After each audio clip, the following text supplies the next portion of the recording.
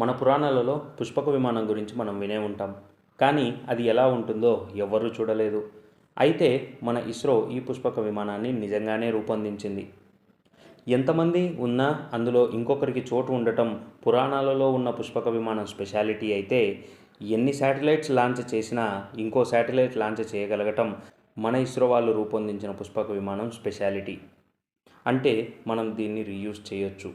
అందుకే ఈ టెక్నాలజీకి రీయూజబుల్ లాంచ్ వెహికల్ ఆర్ఎల్వి అని పేరు. ఈ ఆర్ఎల్వి టెక్నాలజీని ఇస్రో పుష్పక్ విమాన్ అన్న పేరుతో డెవలప్ చేసి రీసెంట్గా సక్సెస్ఫుల్గా టెస్ట్ కూడా చేసింది. ఈ పుష్పక విమానమే ఈరోజు మన టాపిక్. లేట్ పదండి ఇస్రో పుష్పక విమానం గురించి తెలుసుకుందాం. Hi hello welcome back to G Tech.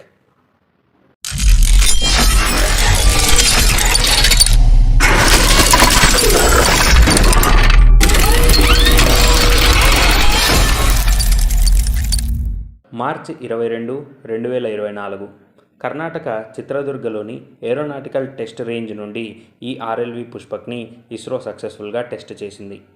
ఈ ఆర్ఎల్వి పుష్పక్ అంటే ఏంటి, ఎందుకు దీన్ని ఉపయోగిస్తారు అని తెలుసుకునే ముందు మనం శాటిలైట్ స్పేస్లో ఎలా లాంచ్ చేస్తారో తెలుసుకోవాలి. నార్మల్గా రాకెట్ నిటారుగా ఉండి లాంచ్ చేసిన తర్వాత కూడా నిటారుగానే స్పేస్లోకి వెళ్తుంది.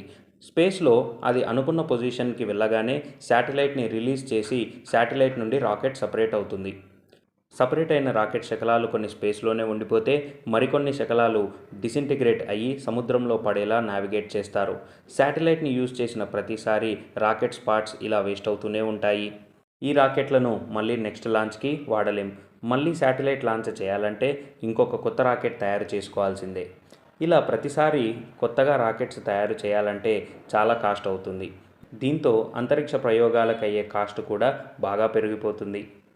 ప్రతిసారి కొత్త రాకెట్ తయారు చేయకుండా ఒకే రాకెట్ స్పేస్లోకి వెళ్ళి శాటిలైట్ని లాంచ్ చేసి మళ్ళీ భూమిపైకి రిటర్న్ వచ్చే ఒక లాంచ్ వెహికల్ ఉంటే బాగుండు అని సైంటిస్టులు ఆలోచించారు.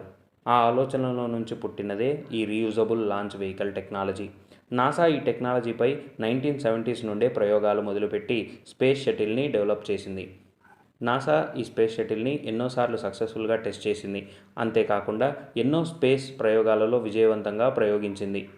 స్పేస్ షటిల్ స్పేస్లోకి వెళ్ళి శాటిలైట్ని లాంచ్ చేయడం ఒక ఎత్తు అయితే, అది సేఫ్గా భూమిపైకి రిటర్న్ వచ్చి ల్యాండ్ అవ్వటం మరొక ఎత్తు. అంతటి క్రిటికల్ అండ్ సెన్సిటివ్ టెక్నాలజీ ఇది.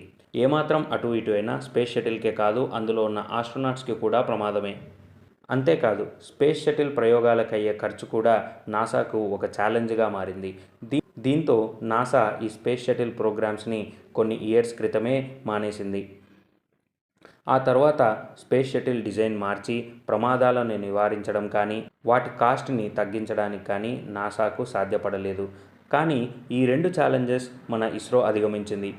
ఆర్ఎల్వి ప్రోగ్రాంలో అటానమస్ ల్యాండింగ్ అంటే ఎలాంటి మాన్యువల్ ఆపరేషన్ లేకుండా దానంతట అదే ల్యాండ్ అయ్యే టెక్నాలజీని ఇస్రో రూపొందించింది. అది కూడా నాసాతో పోలిస్తే అతి తక్కువ ఖర్చుతో.